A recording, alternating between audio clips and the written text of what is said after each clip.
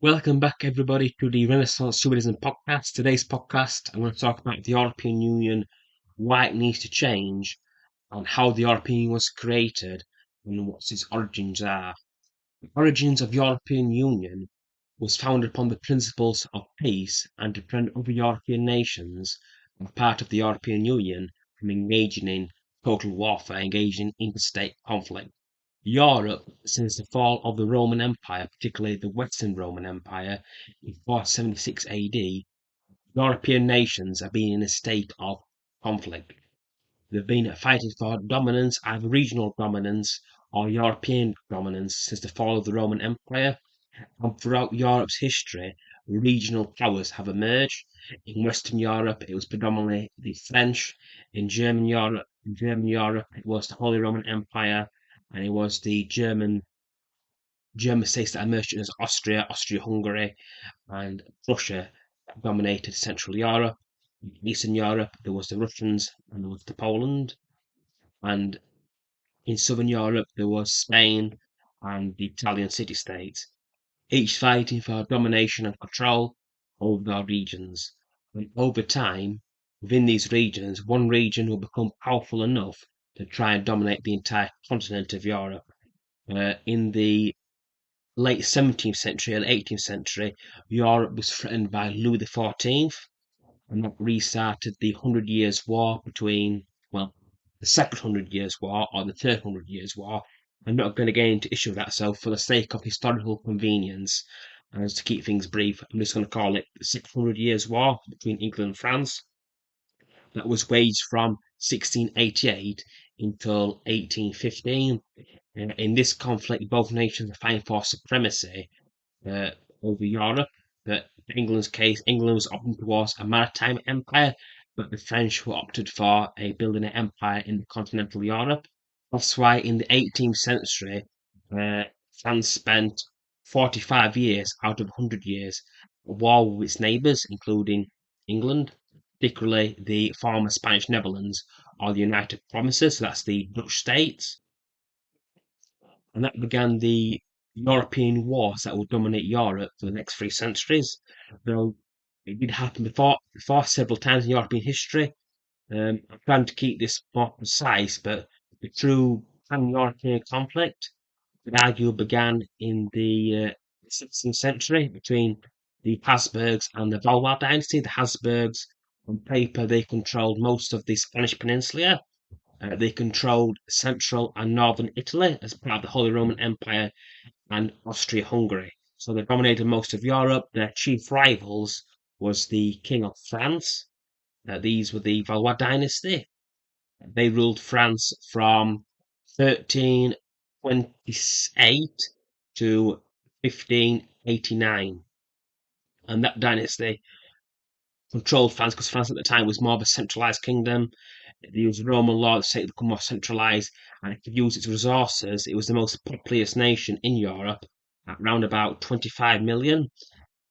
France would be the most populous nation in Europe until the 19th century. So that's how much resources they had. England at this time, in comparison, only had a population of around 5 million. And France, no, Spain, my apologies, Spain was around 10 million.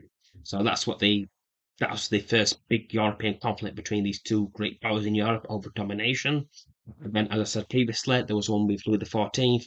And finally, the next great big conflict in Europe was England fought three major wars in Europe. These were the ones against Louis XIV, the ones against Napoleon, and two more in the 20th century. So that's four, but we usually count it as three. We don't, in the popular memory, we don't really remember Louis XIV. So I'll stick to three. I'll stick to three, make it more simpler. So in the French Revolutionary Wars from 1793 to 1799, and then the Napoleonic Wars from 1799 to 1815. That was a over 20 years long conflict with France over who would be the hegemon in Europe. England wanted to maintain the balance of power, so no one power could actually control the European continent, in comparison to France that wanted to actually rule the continent. England won that war by subsidizing the enemies of France, and throughout the 19th century, there was a growing brewing conflict between France and Prussia, because France was in decline due to the impact of the revolution and its previous wars, which crippled its population, compared to Germany, that was became united after the Franco-Prussian War of 1817 to 1871.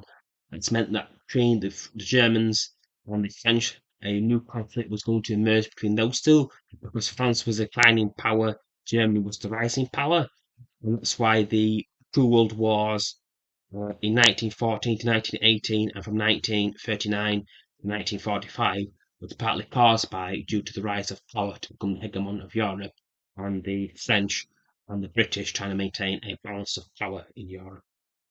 And with this kind of environment of constant wars, constant violence, that led to the creation of the European Coal and Steel Community in 1952.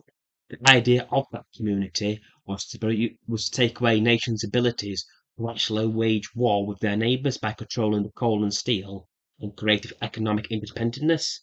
And this meant no nation could actually normally go to war with each other, because their ability to actually produce materials of war would be impossible due to how interconnected their economies were.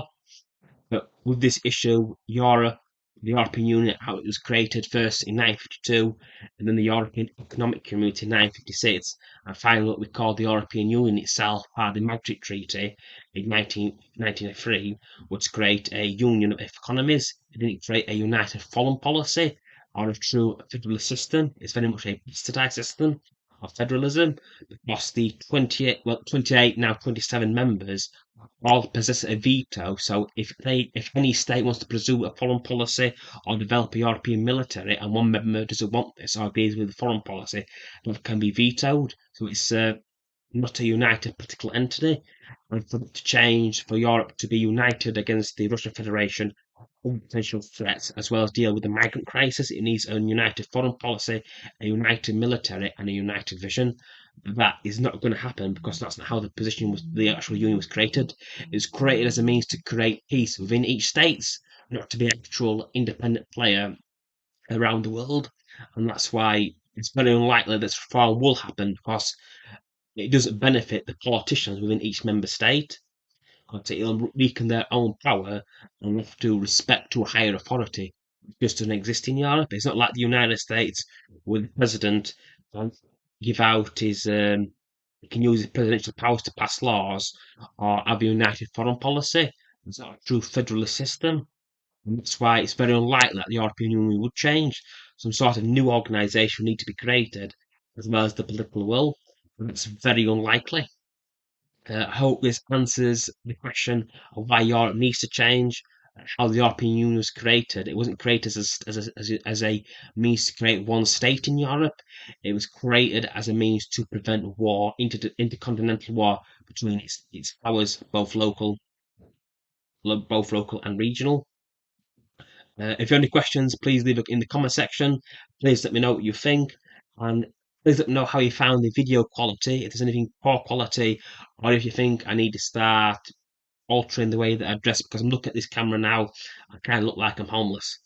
Thank you for your time. I hope you enjoy this video.